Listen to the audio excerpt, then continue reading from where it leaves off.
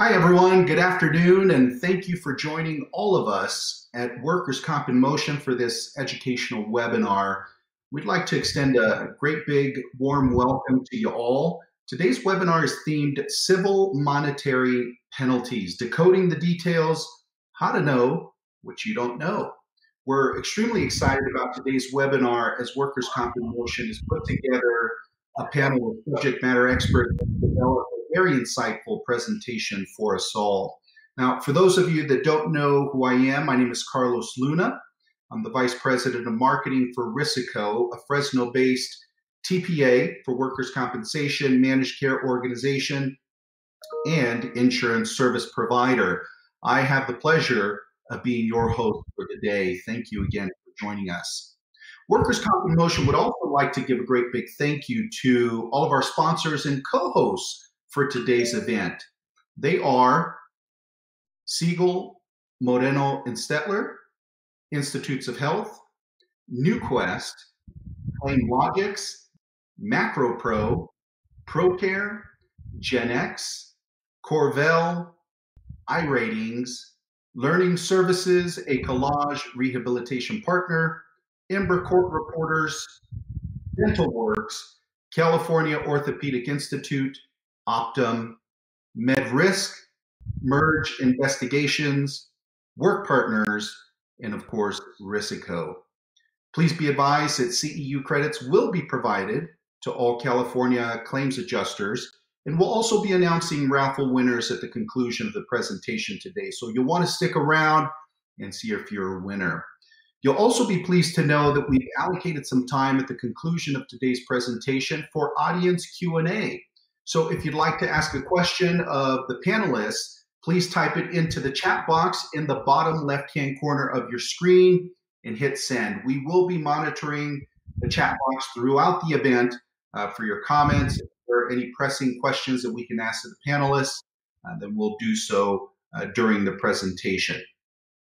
Now, for today's webinar, I've asked each of the panelists to introduce themselves and tell us a little bit about themselves as well. Why don't we start off with Tim? Tim, go ahead and take it. Thank you. Good afternoon, everybody. My name is Tim Rose. I am an attorney with Siegel, Moreno, and Stetler. I've been with the firm for going on 8 years now. I am a junior partner, and I manage the Sacramento and San Francisco satellite offices. I am a certified specialist in workers' compensation, and I am very glad to be here today.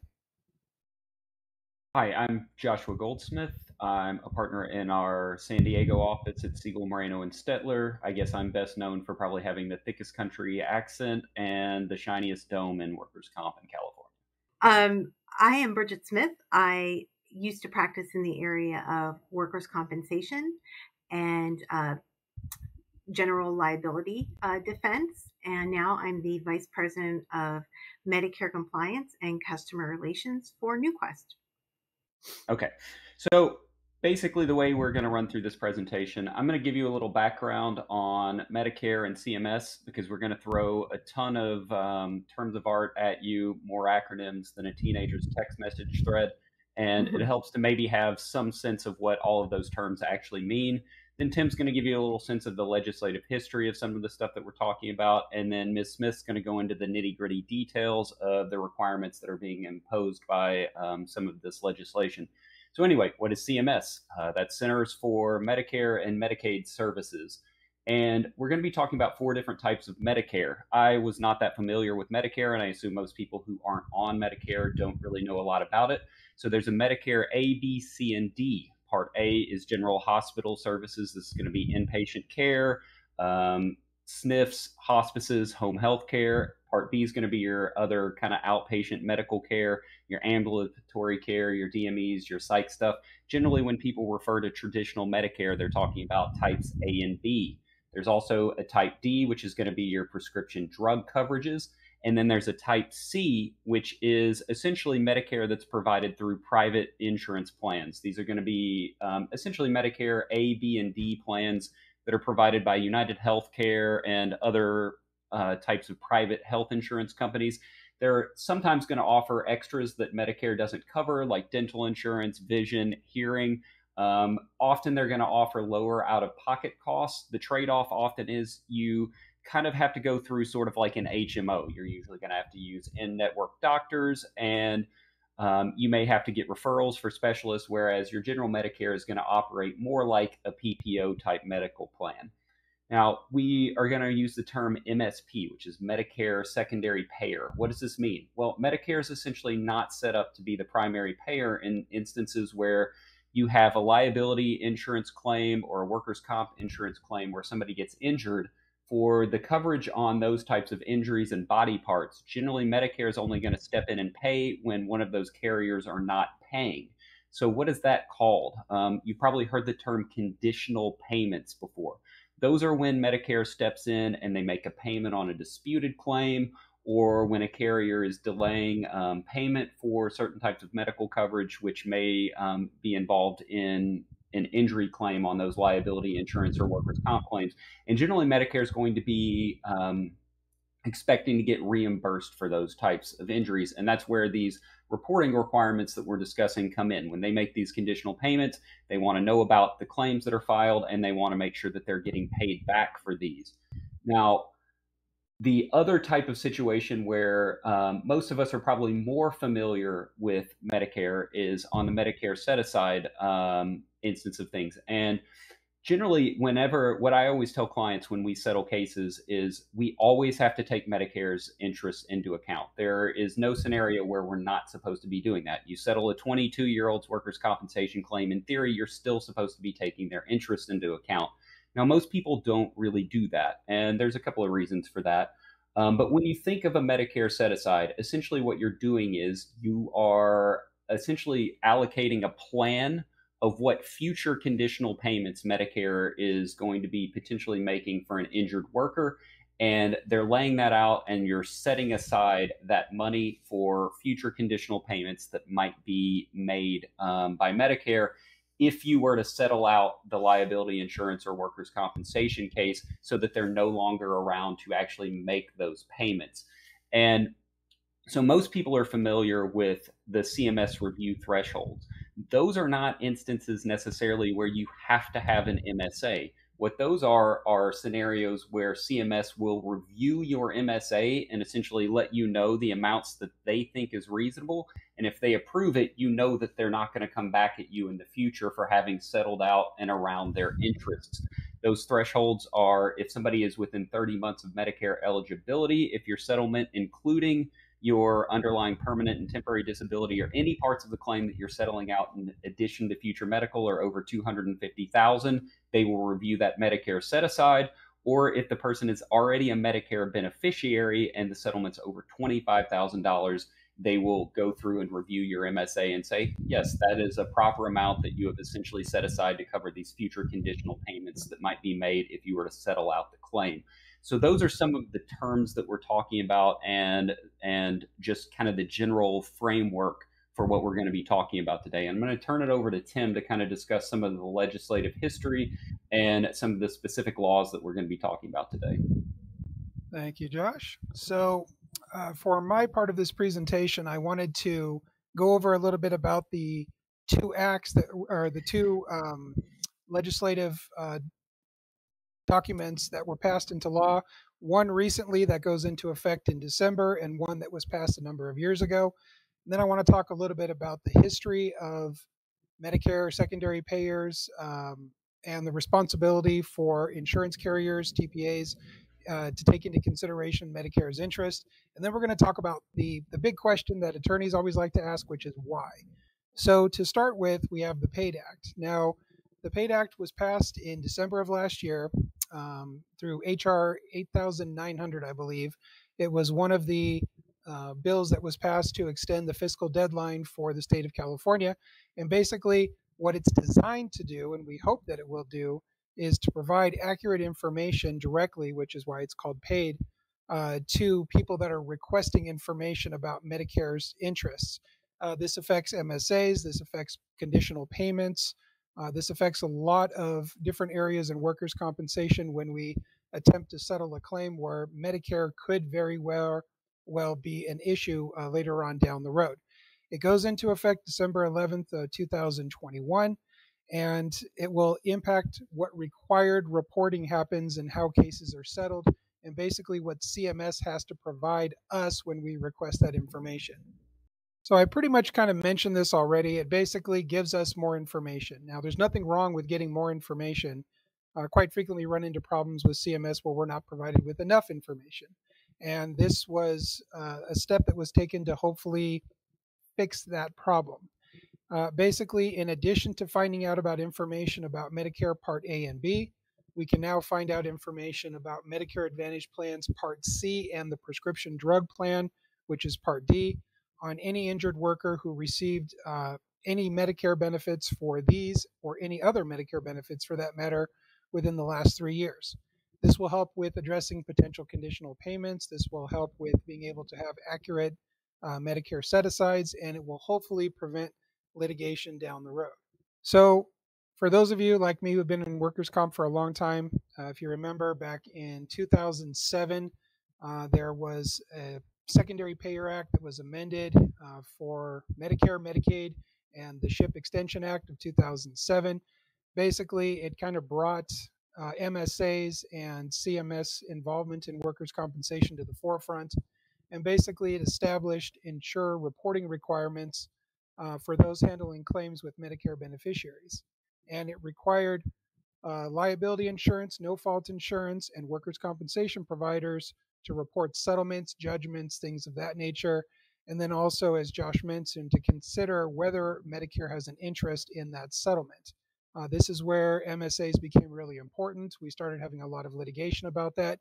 Insurance carriers and TPAs started making decisions about how they were going to submit documents, what they were going to submit, threshold requirements, things of that nature. So under the history, CMS receives this information, and then they determine if they have an ability or a need to seek some sort of reimbursement or seek out money, I guess you could say, from a responsible party. Well, then a couple of years later, we have the SMART Act. And this was an act that was passed in 2013, and it basically established a formal appeals process for applicable plans in situations where Medicare is seeking secondary payer reimbursements. And there was an addition to this a number of years later, and I believe it was in 2015. And what that addition stated is that applicable plans such as self-insurance, no-fault insurance, workers' compensation, once again, there's now a formal appeals process similar to an existing process with some add-ons that basically allows direct beneficiaries who have been identified as the debtor in a secondary payer situation to address those secondary payer information issues and to potentially litigate whether it's a conditional payment or seeking reimbursement from another party. I know that's a lot to kind of handle in the course of about 2 minutes, but we'll talk a little bit more about it and why it's important and how we're going to build on it with the PAID Act. So the big question is, why is it important? Okay. Traditionally, CMS was confirming only whether an individual was enrolled in Medicare through the Section 111 process.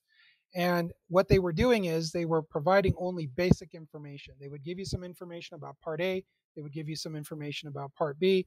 You would find out if the person was eligible. Sometimes the information was incomplete.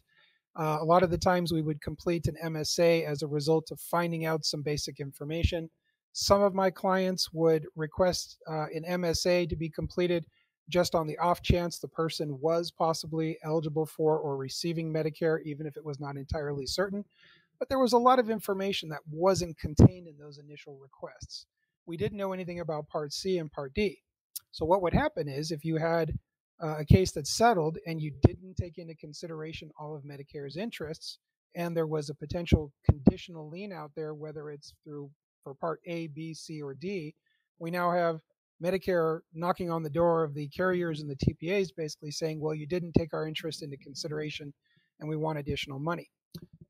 This created a lot of problems with how we were going to determine, what documents were going to be submitted to CMS, if we were going to submit to CMS at all. There was language within addendums that I've dealt with over the years that talk about who's responsible, is there going to be hold harmless language, so forth and so on. So the PAID Act is going to require CMS to update Section 111 and allows us to basically gather more of that information. Now, curiously, this was all brought about by lawsuits filed by Medicare Advantage plans, basically asserting recovery rights against insurers. So it was Medicare and Medicare plans that were basically saying, hey, our interests are not being taken into consideration. Something more has to be done. But the impact for workers' compensation is obviously very clear because we have potential liability if a MSA is submitted to CMS for review, or if we elect to settle without CMS review and possibly not taking into consideration all of Medicare's interests. We also have those conditional liens that need to be taken care of before you settle a claim. And again, previously, before Part C and D became available, we wouldn't know if there was a potential lien out there as a result of payments for those two parts of the Medicare plans. So overall, what this is designed to do is to make it a little bit easier to identify Medicare plan interests and allow us to address those potential conditional liens that may surface, and to address more accurate MSAs, and to also get a better picture of the total value of a case.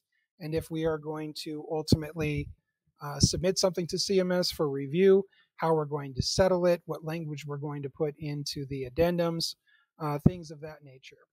Now, is this going to be a smooth transition? I would argue that it probably isn't. There's going to be some bumps in the road.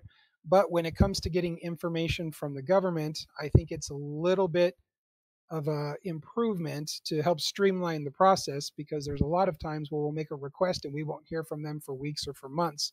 This is designed to hopefully streamline that process and make it a little bit easier. What I am also hopeful that this will do is make it a little bit easier for us to draft language and settlement documents that the applicant side can agree to help figure out some of those little nuances on our end, and to potentially deal with conditional payments. I don't know how many of you have actually had to deal with conditional payments before settlement, but generally they're not very pretty, and it can get quite complex, and there can be a lot of litigation, at least based on the ones that I've dealt with over the years. Next slide. So the Section 111 Medicare insurer reporting, who must report.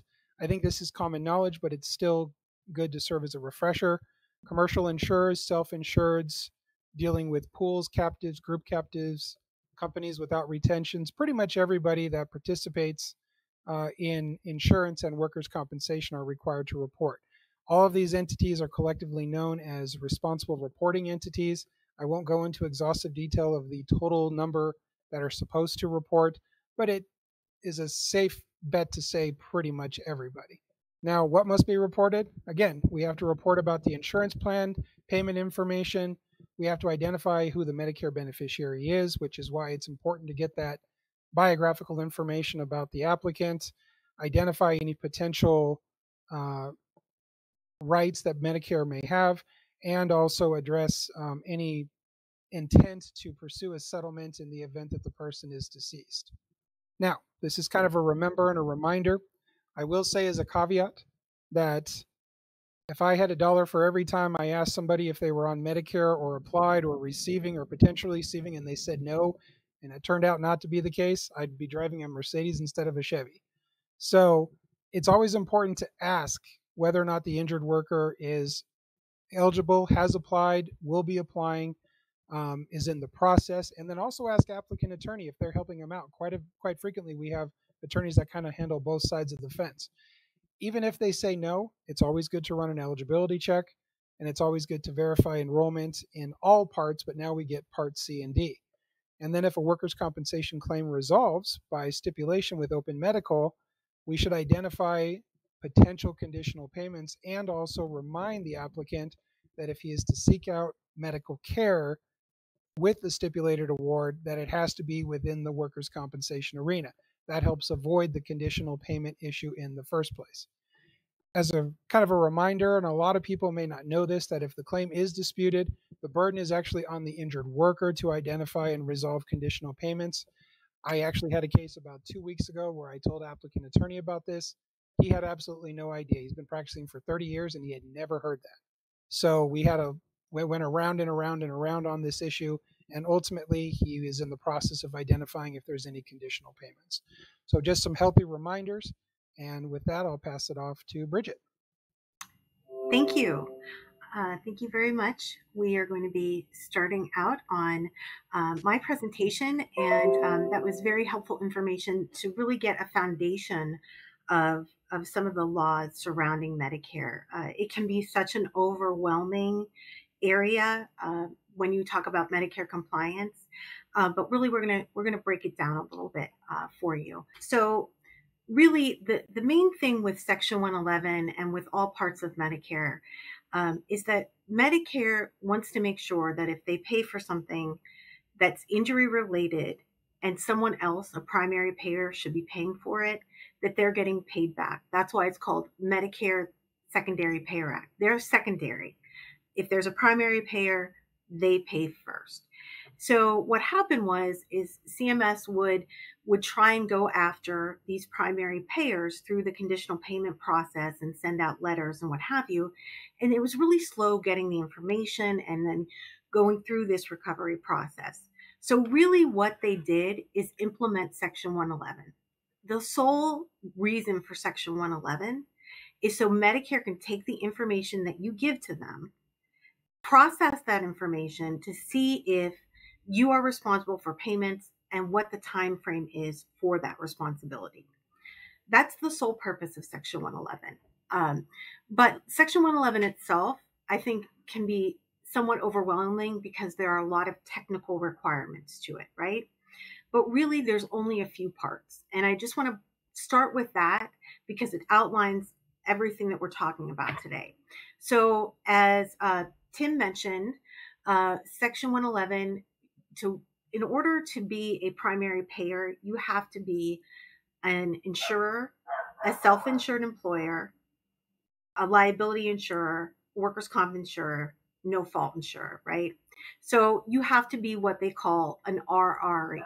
So if you're an RRE, and again, as Josh pointed out, there's a lot of acronyms, a lot of alphabet soup. If you're an RRE, you have an obligation to report, right? Now, when do you report? The only time you're reporting to CMS is if you have a case where someone is a Medicare beneficiary. If you don't, then you don't have to worry about conditional payments. You don't have to worry about Section 111 reporting. But if you have a Medicare beneficiary, then you're thinking of those obligations. How do you know if someone's a Medicare beneficiary? CMS has what they call a query process as part of Section 111. It's not a mandatory process. It is an optional process that RREs, responsible reporting entities, take part of. They enter 5 fields of information about the claimant or plaintiff, and what they get back is whether the individual is a Medicare beneficiary or if they didn't show up as a Medicare beneficiary. And an individual can be a Medicare beneficiary at one time, go off of Medicare, but that query only tells you one thing, whether they were a Medicare beneficiary during any time during their lifetime, even if they went off of it. So the PAID Act really expanded that query process. And the PAID Act said, listen, we know that a lot of people are getting recovery notices from these Part C and Part D plans. And it's really like a needle in a haystack to find out this information. So we'll expand our query process to give that information to you. So that's really what the PAID Act did. But it's not something that you automatically are going to get. We're going to talk about that. So you know that you can use the query process. But just because someone's a Medicare beneficiary doesn't mean you automatically report, right? There's only certain situations where you report. And the main terms that I want you to come away with today are ongoing responsibility for medical and total payment obligations of claimant. Those are the things you're reporting to CMS. What are those things? You're reporting when you are responsible for the payment of medical. It's a workers' compensation claim. You have accepted medical, you're paying for medical. You're saying to CMS, listen, we're responsible. CMS starts the clock on you, right? Then you're telling CMS if you stop being responsible. So that's ORM. The next thing you're reporting It can be in conjunction with ORM or separate and apart from ORM. You're reporting TPOC. So you're reporting that settlement or judgment, right? And you're telling CMS, listen, this maybe was a denied claim, or maybe it wasn't. But right now, we've settled out the medical on the case. It's totally done. That is reporting in a nutshell. That slide is Section 111 reporting in a nutshell, right? Now, what comes with it are a lot of different things. So we'll go to the next slide and we'll talk about that PAID Act and that query. Okay, so that query, we said, is where you get the information right now, today as we sit, regarding whether an individual is on Part A or Part B Medicare. Okay, you do not get Part C or Part D, and you will not get that until December 11th. But the only way you will get that is if your Section 111 reporting system has been upgraded to the new HUE software that CMS has come out with, and you've actually implemented that in your system. So right now, when you do the query, if you don't have those updates after that date in December, you may not be able to get any information, but you certainly will not get any information regarding Part C and Part D. So right now, if you're listening to this and you're saying, well, I thought it was automatic, it is not automatic. Right now, CMS is going through a testing phase. They're allowing RREs or their agents or TPAs to go in and test for them so that they can get query information. So we do that. We've gotten through the testing period with CMS, and we are now able to accept that information as part of our query, because the query went from 350 bytes of information to over 5,000 with this additional information, because the PAID Act now gives you, if you have the correct tools to get it, you have the correct technical tools to get it, which your system needs to have, or if you have somebody who's doing your reporting, you need to make sure that they are capable of getting this information. It's now going to give you the name and the address of the plans for Part D and Part C, as well as any Medicare, traditional Medicare, right? They'll give you it for the last 3 years. So that poses a question, right? It's for 3 years. Let's say you start on December 15th and you query a case, and that query comes back where someone's a Medicare beneficiary, but it doesn't show they're on Part C or Part D. And then you keep querying, and you find out that they're on Part C. And let's say the claim lasts 10 years. Since they only give you the last 3 years of information, you better hold on to that historical data, because you're going to need it to see what types of plans that claimant or plaintiff has been on. And the other thing that is super important about this process is, just because you have this information doesn't mean those plans, those Part C and Part D plans, have your information. You separately have to go out, just like you did before. Now you have their information, and you have to say, hey, listen, we're inquiring as to whether you have any conditional payments that we need to talk about here. So it's not on, none of this is automatic. The PAID Act is not automatic. You have to be ready for it technically in your system. And once you get that information, you have to know what to do with it, which is means reach out to those potential lien holders and make sure you keep track of who those lien holders are, because Medicare beneficiaries can change plans every year. So they could be on one plan 1 year, another Advantage plan another year. They could be on traditional Medicare 1 year, a Medicare Advantage plan the next year. If they have special circumstances within that year, they can also enroll in different plans. So it's an ever-changing thing, but you have to have the ability to keep track of that and have a program and policy in place for that. You also need to know how long you're going to query cases. You don't want to query cases after that case has medically closed, right? You've settled the medical portion of the claim permanently, or you've terminated that obligation for medical permanently.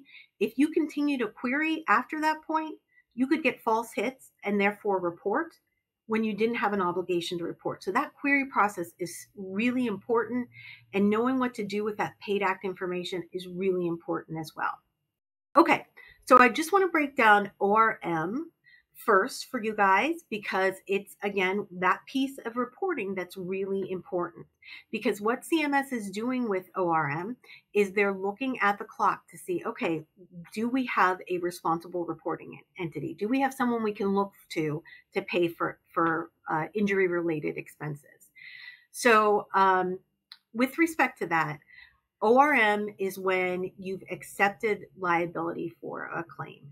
And this seems very clear, but it can be tricky in those states where you have a period where you can pay without prejudice, right? So in those cases, are you accepting ORM and then terminating it if you've denied the case? So there are nuances. But in general, it means that you're reporting to CMS, yes. Why? You're reporting, yes, you are responsible. So you don't want to misreport ORM. If it's a denied claim, you've never paid medical on it, you're not reporting ORM, right? You're not letting CMS know that you're responsible. Now, the implications of ORM, if you report it incorrectly, a couple of things could happen. One is that Medicare beneficiary could go to the doctor and send the bill to Medicare, and Medicare could say, no, we have somebody who's responsible for that ORM.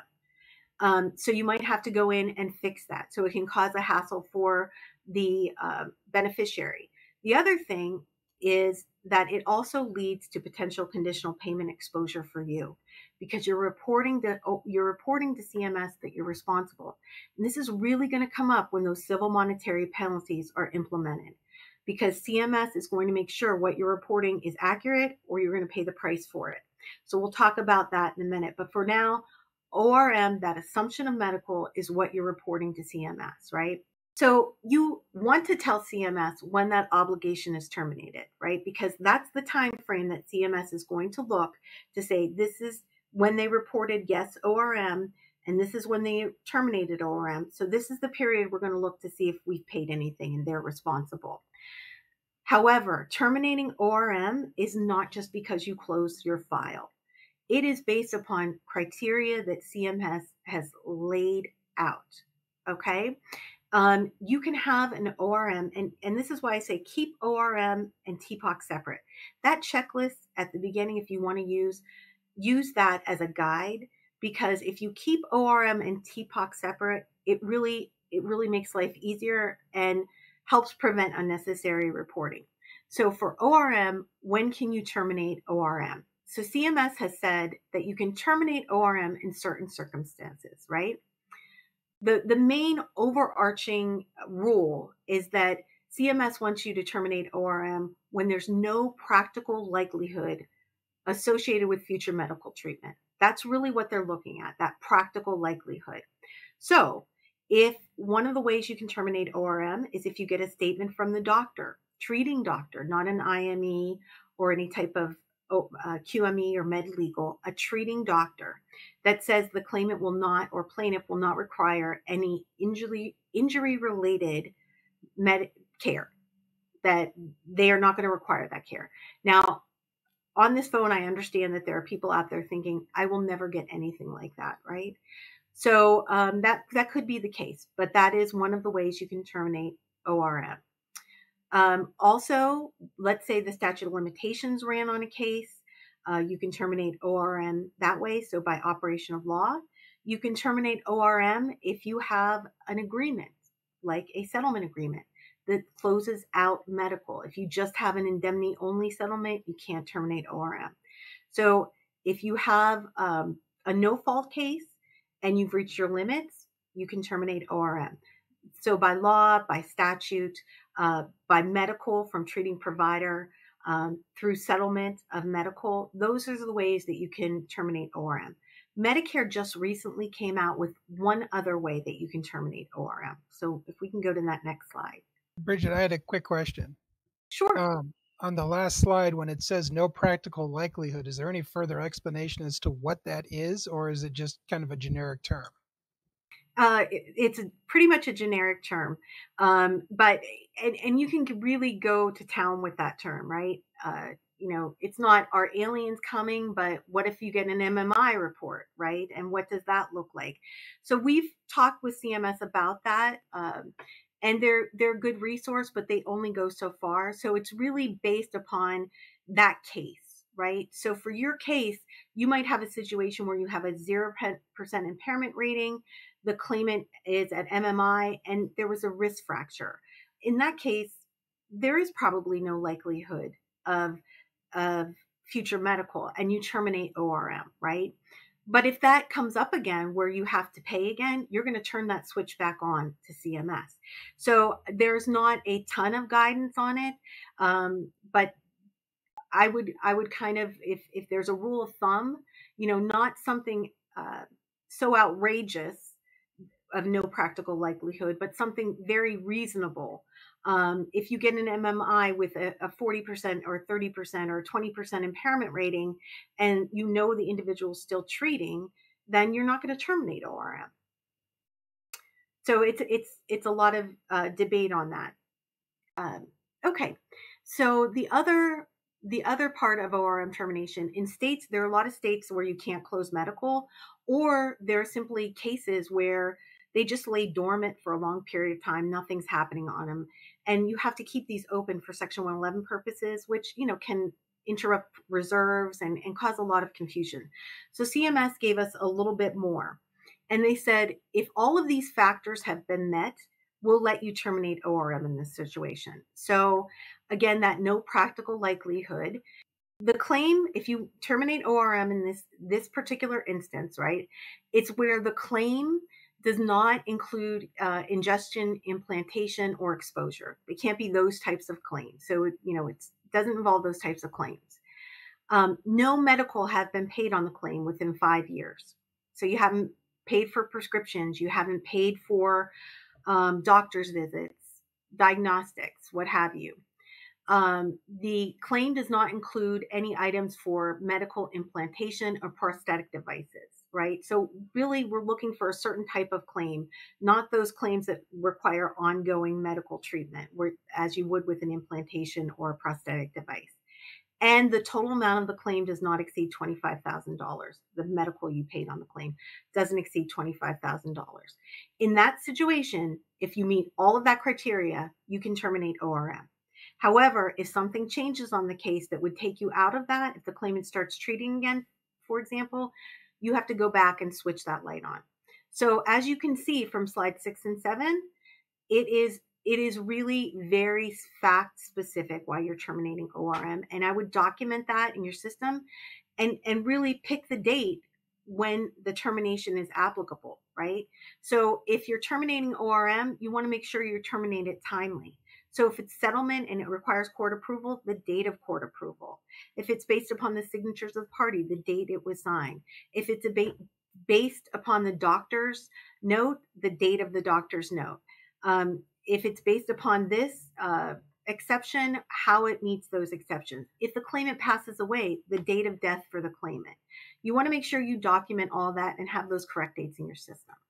Okay, we're going to go on to TPOC because I know we are slowly running out of time. Okay, and before we get there, just the failure to properly report ORM can result in conditional payment exposure, a potential civil monetary penalties, and could add to your MSA administration in other ways too, with respect to what you put in your MSA.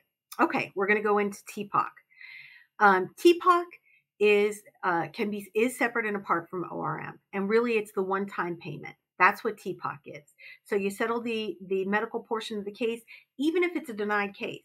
You don't report ORM in a denied case, you still report TPOC if you settle the medical. Even if in your settlement documents you say, this is truly a denied case, we're not accepting liability, but here's $100,000 or here's $5,000, you're reporting TPOC. It's that one-time payment that you're reporting to CMS. It's a little bit easier to grasp, but one of the things that we know from TPOC is that CMS is really also not only looking at the date of that total payment obligation was fulfilled, they're also looking at the amount. So you want to make sure that you're comprehensive in the amount as well. And CMS has really come out with a guide on that amount, and it's basically all consideration. If you waive subro, that should, your subrogation lien should be part of TPOC. Attorney's fees, costs, liens, all of that is part of your TPOC. So you're reporting that to CMS. How do civil monetary penalties play into this? They deal exclusively with Section 111. That's what civil monetary penalties involve, right? CMS is saying, we have a proposed rule out there. And it started way back when, right? When the Medicare Medicaid Ship Extension Act was passed. Everybody talked about these $1,000 a day per claim penalties, and nothing happened. So everybody just continued to report, and some people didn't report at all, and nothing ever came of it. And so really in 2013, CMS started dipping its toe in the water. And then in 2020, we see a proposed rule. And that proposed rule had a lot of comments to it because there was a lot to it. But really, there are basically three parts. That comment period has now ended, and now we're waiting for that final rule. CMS has until 2023 to issue a final rule, or they have to start the process all over again. We anticipate that it probably will be before 2023 that they'll implement this proposed, or these civil monetary penalties. And CMS has said before they don't want to get rich off of this. They just want to make sure you're reporting properly. But these fines are very, very steep. So we'll go to that next slide, and we'll talk about ways that CMS has proposed that they can assert these penalties. The first way is if you don't report. If you're a liability insurer, if you're a workers' comp insurer, if you're a self-insured employer, no fault, you need to be reporting. And if you don't report at all, CMS can fine you for that. With respect to TPOC, if you don't report any total payment obligation to the claimant, CMS can fine you. If you don't report timely, they can fine you. And that's $1,000 a day per claim that was not reported per day of non-compliance. So it's the date from the date you should have reported to the date you finally report. So these can be extremely expensive, and they can actually go up with inflation up to $1,500. So, 365 days a year, $1,000 a day, you're talking about an excessive amount of money. So you don't want to be in that situation. If you do have an obligation to report, you want to make sure that you're getting your ducks in a row now before these penalties come into play. The other area where CMS says they can impose penalties is if your recovery responses are different from your reporting responses. So I'll give you an example with conditional payments, right? Conditional payment, you indicate to CMS through your reporting that I'm never terminated, right? And then you get a conditional payment letter, and in that letter you say, well, listen, we had a settlement, and so those bills that are beyond the date of our settlement aren't included. CMS can penalize you for that because you reported something different that contradicted what you alleged to them in recovery. If you reported ORM yes, and then tell CMS that you're not responsible for the liens, they could penalize you for each day you were non-compliant. So it's really going to be important in this next stage of things to make sure your conditional payment process matches up to your reporting process. Also, the third part of this is error tolerances. So many of you reporting out there may be getting error notices from CMS. The ICD code was incorrect, or you didn't have information that you needed, or were missing information. Right now, everybody's treating them like, okay, we have a lot of errors. Sometimes those errors exceed a certain amount, and CMS won't even look at the file. You have to go in and resubmit. CMS says now, with this proposed rule, if it goes through, that if your error tolerances out of 8 consecutive quarters, if 4 of those quarters, your error tolerances exceed 20%, they can fine you for that. Okay. So that if you're a smaller entity, one file, if you have it wrong, could surpass those error tolerances. Now, with respect to that, those are the 3 areas that they've told us. There will be a 5-year statute of limitations, but that starts from the day CMS knew, not when they should have known about the reporting failure. So I'm not sure how relevant that's going to be, but in certain cases you can use it. Also, there's kind of a safe harbor.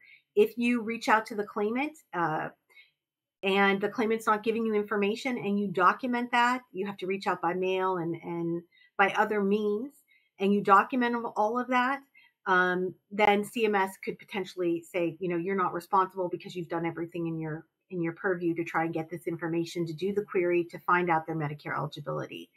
And if you just report timely, then you're not going to, with respect to TPOC, you're not going to get penalized. So all of this is important because civil monetary penalties are going to come. CMS is gearing up for them. They've told us they're going to come.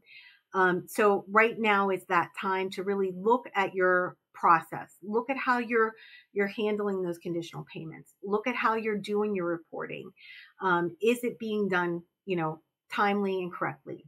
So best practices, really with Section 111, the people entering the data need to know what ORM is, what TPOC is, when to terminate it, when to put TPOC in there, what the query function does. They need to know this information, because without it, the information that you're giving to CMS is simply, just information from a claims file. So there really needs to be that educational element to it. If you are, with the last couple of years, CMS has really gone through and made some major updates to Section 111 reporting. Make sure that you're on board with that. You understand that there are some diagnosis codes that are no longer accepted, that you understand, what you need to do to get ready for the PAID Act, what CMS is doing with no fault issues, what they're doing with med pay issues, all of those things that are important with reporting. And then have policies and procedures in place to measure quality. And we're going to talk about that on the next slide, measuring quality. And one of the ways to do that is with your Section 111 is to do, we call them systems reviews, which is basically looking at how you're reporting, because 9 times out of 10, most people do not think that they're reporting incorrectly because A, they've never heard anything from CMS, or B, they have a vendor doing their reporting. We've done systems reviews where we've found something in every review. And that's just not because people are bad, it's because part of this is human error. And a lot of this, sometimes you don't know what's being reported, or, we've had cases where you think everything is being reported, but actually it's not. So looking at ORM, looking at TPOC, looking at the information that's reported, looking at your conditional payment process, really looking at those with somebody from the outside, doing a deeper dive, and then determining, from that, what are some of your pain points? What are some of the things that you may need to do going forward? Is there an opportunity for education or training for the people that are entering the information into the system? So it's a really good tool. And now is the time to really think about those tools, think about your programs, think about your process. Thanks so much, Bridget. That was great. Let me scan through here. Let's see. Jesse says, "Hi, Tim. Yes, it's been a while, but great to see you and glad things are going well, my friend. Wonderful." Nick is saying, "Is this slideshow going to be available?" The answer is yes. We will be sending out a copy of today's slides later on this week, along with a link for the recorded version so that you can view it on demand and share it with your colleagues throughout the industry. We have our panelists for a few more minutes, so if you have any questions for them, feel free to type it into the chat box in the bottom left-hand corner of your screen, and we'll be sure and get those questions over to Bridget, Tim, and Josh. All right, I'm seeing thumbs up. That's a good sign, guys. That means you passed the sniff test there. Let's see, I did a question at the top of the page. Let me check for that question, Michael. Bear with me here. Michael, if you wouldn't mind resending your question, that would be helpful. Okay, while Michael is typing up his question, why don't we go ahead and move into the next portion of the program, which is to thank all of our co-sponsors for today, all of our co-hosts. I'm going to share my screen with you one more time here. Oh, here we go. Fast typing, Michael. Okay, so will good faith to secondary payer guidelines be an acceptable defense to possible fines for misreporting? Well, potentially. They didn't really, they went into really that good faith argument that with, if you show that you are trying to get the information from the claimant or plaintiff and you can't, that's kind of their good faith argument. If you think you're reporting and you're not reporting, they really don't broach that subject. So, you can make that for potentially, falling on the hands of the court to see what they'll do. And there is kind of an appeal process with what they're proposing. So that might come into play there. But really, this is one situation that knowing what you don't know is really important. It could come into play with the amount of penalties, but they don't really expound upon it in the rule. Very good. Bridget, Christine asks, if you have an outside company handling Section 111, who does the system review? Yep. So if you have an outside company, it really depends. Is the outside company your TPA that you want to work with, or is your outside company a vendor that you're working with? If it's a vendor that you're working with, you still can have someone else do the Section 111 systems review. And it's probably a good idea in that case because, you're looking at information and you want a kind of third party to perhaps look at that. The other thing with the systems review is that I really want to point out, and this is such an issue sometimes, is that you think because you're not hearing anything that everything's okay, but the information you give your vendor, they'll accept, right? They're looking at you to give them the correct information. If you're not giving them the right dates, the right amounts, you're saying ORM yes when it should be no, neither they nor CMS will tell you that. And so that's why you need that independent review to see what information you're giving them. Excellent. Patty asks, what questions should we ask our software provider to ensure they're part of testing? So I would just come out with it and say, are you going to be implementing the PAID Act? And have you tested with CMS? CMS has had various webinars and town halls. And, that's something that you definitely want to make sure if you are going to get that additional information that they've set you up to do that. So sometimes that can be an extra cost. And if they're not doing it, it can take some time. So you might not get that information right away. So it's definitely, I would just come out and just ask the question. And if they know what they're doing with Section 111 reporting, they'll know what you're asking about. Excellent. Well, again, my thanks to the three of you, Josh, Tim, Bridget. Very, very good job. If you have a moment before we conclude today's broadcast, I encourage you to go through the attendee chat. A ton of kudos, thank yous, job well done, presentation on point. Michael says, this is news we can use. I agree, Mike, absolutely. There's a lot of bad news in the world, so this is all great information. Bridget, Tim, Josh, thank you so much. Great job. Yeah, absolutely. Give them a thumbs up, guys. If you guys are near your chat box here, give them a thumbs up. They did a great job. I want to continue on. Look at them flowing. Very nicely done.